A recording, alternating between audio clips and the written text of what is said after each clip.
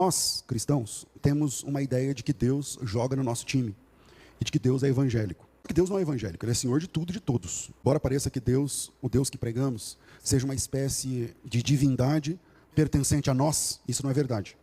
Isso não é verdade. Analisando o cenário evangélico, a gente percebe um fato. E qual é esse fato? Sequestraram Deus e o transformaram numa espécie de divindade personalizada. E percebemos isso quando milhares e até milhões de pessoas, em nome de Deus, proíbem coisas que Deus nunca proibiu. Ou permitem coisas que Deus nunca permitiu. Quando milhares, quiçá milhões, permitem coisas que Deus não permitiu, ou proíbem coisas que Deus não proibiu, significa que essas pessoas se comportam como donas da fé, como donas da Bíblia, como donas de Deus. Onde vemos crentes dando ordens a Deus, exigindo direitos que alegam ter diante de Deus, no mundo espiritual, se entendendo como pessoas mais graduadas do que outras. Basicamente, existem dois tipos de pessoas levando avante essas heresias destruidoras.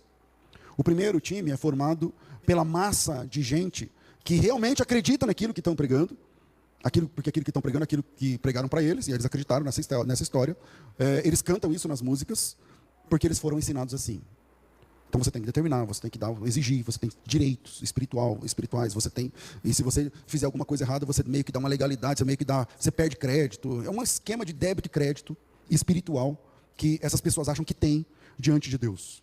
E aí isso fica notório nas orações. O primeiro tipo é formado pelas pessoas que aprenderam assim e são sinceros. Embora nós já falamos aqui uma vez, ou mais de uma vez, que sinceridade não é ingrediente de salvação. Sinceridade não salva ninguém. Uma pessoa sincera e enganada, está sinceramente enganada. Uma pessoa sincera e perdida, está sinceramente perdida e vai sinceramente para o inferno. Porque a sinceridade não salva ninguém. Então o primeiro time é formado por pessoas sinceras, mas que foram enganadas e realmente acreditam naquilo. E o segundo, esse é nojento, porque ele é formado por bandidos engravatados, por verdadeiros lobos devoradores, que aprenderam a verdade, mas que desaprenderam no caminho, e que por má intenção entenderam que para manter o controle espiritual sobre as pessoas, dois ingredientes são imprescindíveis: a culpa e o medo. E com esses dois ingredientes eles manipulam qualquer pessoa. Com esses dois ingredientes e com uma interpretação tendenciosa, os lobos devoradores constroem impérios baseados nos dois ingredientes, que um é a culpa e outro é o medo.